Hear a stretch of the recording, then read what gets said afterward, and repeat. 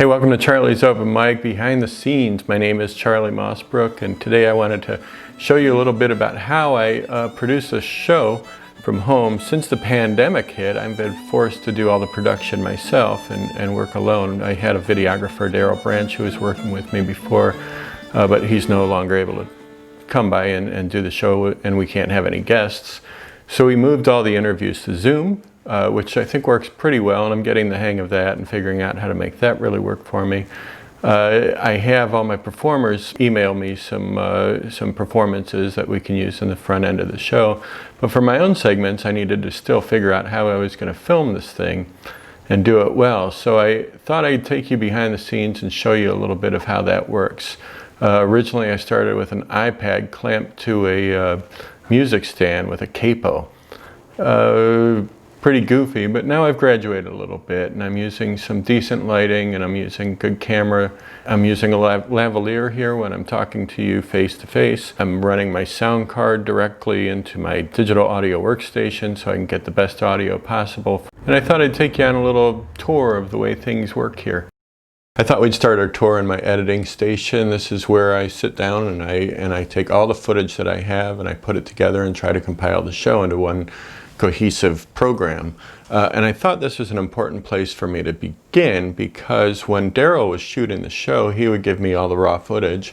I would take it back here and start editing the show. During that time, I learned what it was that I wanted, what I could use, what I didn't need, and it really helped me to plan things out ahead of time when it was time for me to start shooting the show and how to frame up the shot properly. And it's really made things much easier for me as I've gone along. Let's take a look at the original setup. On the floor I have a digital mixer that I can plug a USB thumb drive into and capture the audio. I have the iPad on a music stand, and that is clamped to the music stand with a capo, and then above it I have a clamp light that I got at the local hardware store. And then there's like a hat, sort of a shower cap on top of that, and that helps to diffuse the light a little bit and give us a little softer lighting. So quickly after shooting the show off the music stand, I invested in a clip for the iPad to hold that onto a tripod.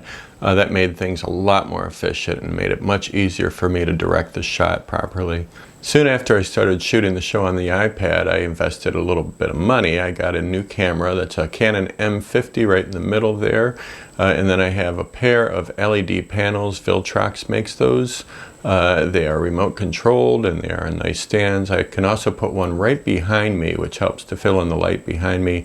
However, in this particular set, it's daytime and there's plenty of light coming through the window. Originally, I'd capture all my audio via my mixing board. This is a digital mixer and everything is recorded directly to a USB thumb drive, which then I could drag into my laptop and put onto Cubase and change the EQ settings and maybe add a little reverb or compression and edit things just as I wanted them. So let's listen to the audio directly off the iPad. We've all been ordered to shelter in place, you and me quarantined. And now let's listen to the audio that I captured with the mixing board and fixed with Cubase. We've all been ordered to shelter in place, you and me quarantined with the whole human race. And that's a lot better. These days I'm recording the audio directly to Cubase via my audio interface.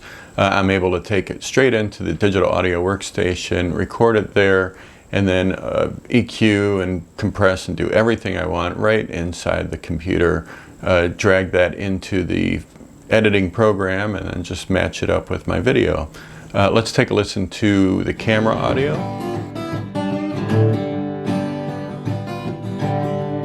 Some folks live for personal wealth, hallelujah forever corn. And let's take a listen to the audio from Cubase. Some folks just believe in themselves and they carry it in their groins, 'cause we all need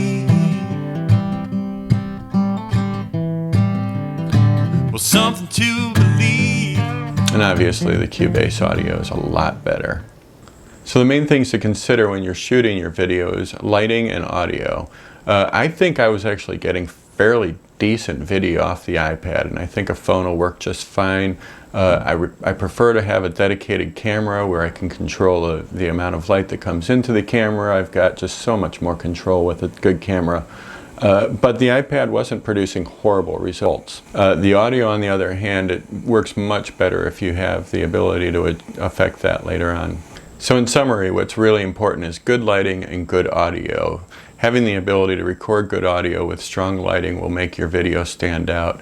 You can use a phone, you can use a camera, you can use an iPad, and you'll get decent video, I think, out of it. For me, the iPad wasn't very functional because I use the iPad actually to control a bunch of other things in the house and things that I would use while I was recording.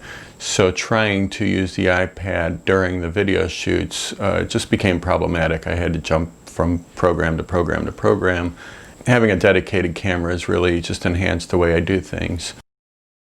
Well, that's a quick behind-the-scenes look at Charlie's Open Mic. Thanks for watching today. I hope I was able to provide some insights and maybe some ideas for you to help you improve your video content, whether you're streaming or creating a YouTube program.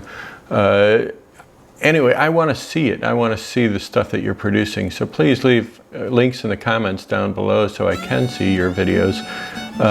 We're all learning this together. It's a brave new world. The only way we're connecting with audiences these days is through video. So good luck. Do some good work. If I dig what you're doing too, if you leave the comments, I might ask you to be on the show. So please do. Thanks for watching, and we'll see you next Sunday for the regular show.